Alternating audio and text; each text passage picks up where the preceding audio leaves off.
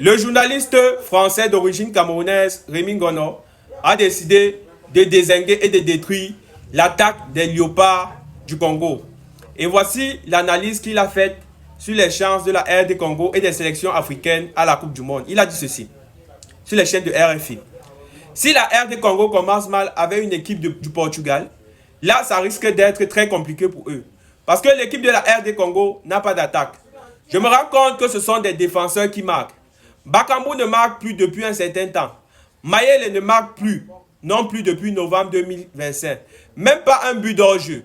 Donc, je suis inquiet. Les nations africaines qui peuvent résister au mondial, il y a le Sénégal, le Maroc et au moins l'Algérie, a déclaré l'analyste sportif camerounais lors de l'émission Les Cafés des Sports.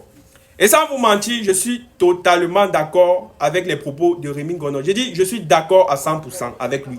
Mais, avant d'essayer de développer ce sujet, j'aimerais d'abord demander à toutes les nouvelles personnes qui viennent de découvrir la chaîne YouTube de bien vouloir s'installer.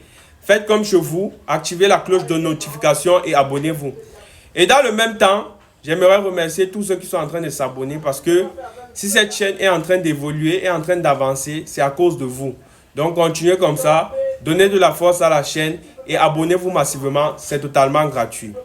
Bon, revenons au sujet. J'étais en train de dire que je suis d'accord à 100% avec les propos de Rémi Ngono, tout simplement parce que pour moi, il a dit la vérité.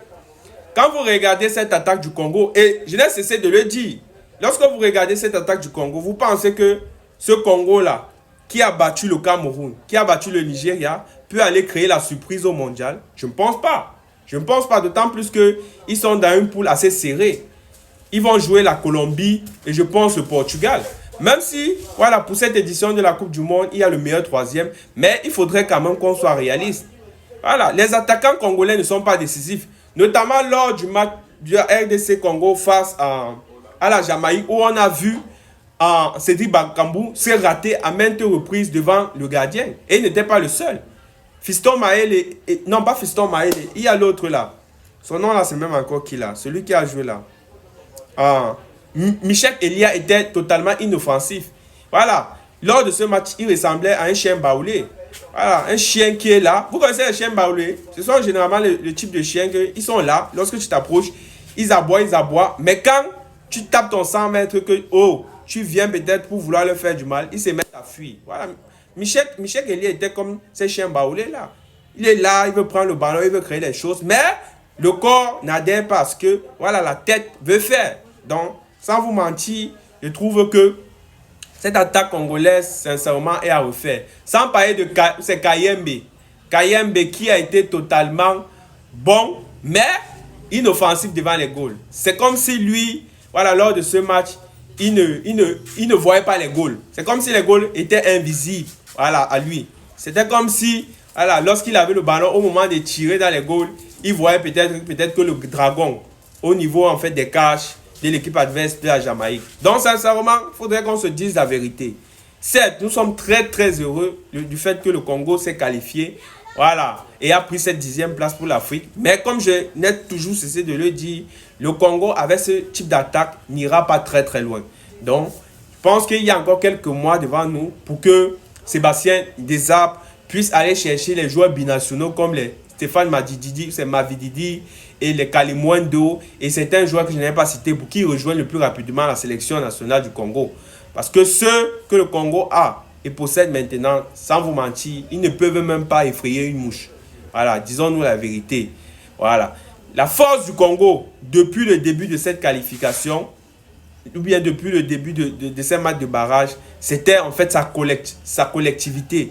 Voilà. Parce que le Congo était basé, cette équipe nationale du Congo était basée sur un groupe solide qui s'entendait bien. Mais à un moment donné, lorsqu'on parle de Coupe du Monde, on ne parle plus de collectivité. On parle de fois de qualité individuelle. Parce qu'il y a certains matchs où voilà, le Congo ou bien toute autre équipe aura besoin voilà, d'une étincelle, d'une qualité ou bien des qualités individuelles de certains joueurs pour pouvoir créer en fait les surprises dans le camp adverse. Donc sans vous mentir, en termes de qualité individuelle, cette équipe nationale du Congo, voilà, fait pitié.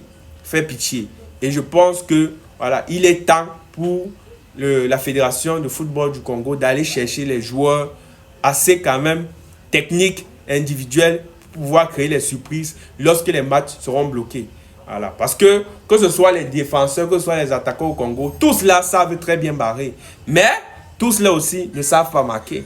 Et dit, les attaquants congolais connaissent plus défendre que mettre le but à l'intérieur des goals. Et je pense que c'est ça qui est très déplorable pour le football congolais. Donc,